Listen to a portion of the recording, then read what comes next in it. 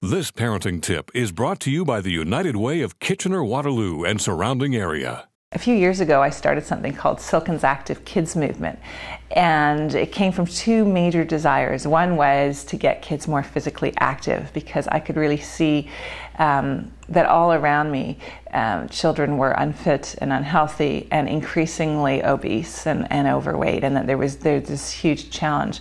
But it was also a real longing for community and wanting to help people and encourage people and listen to people on how they had created community. So I started this organization, and one of the things that we said to people is, we said, start a CAN, and we had to have a name for it because everything has to have a name, and a CAN stands for Community Action Network. And I also thought, you can too, we can, it's sort of a nice little ring on a word. And what I asked people to do was connect with their neighbors, connect with a group of people beyond your primary circle, and meet at the park.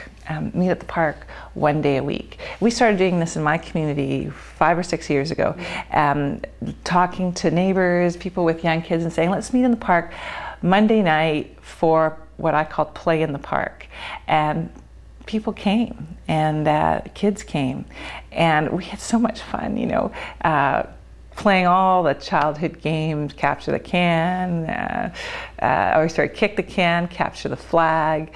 A lot of the time the kids just kind of invented the new games I hadn't heard of, which Grounders was one of them. The little ones wanted to play Ducky, Ducky, Goose, all sorts of games. And it was interesting, the first couple weeks, a handful of people came, and I'll never forget the third week I was walking down to the park, and this group of kids came by, boys on bikes, and I remember looking at them and just, it was so unusual. It's so unusual to see a group of 8-year-old boys on their bicycles. So I yelled out to them, hey, where are you guys going? And they yelled back, we're going to play in the park, And that night, 35 kids showed up. I mean, it's just a huge mass of people. It was so much fun.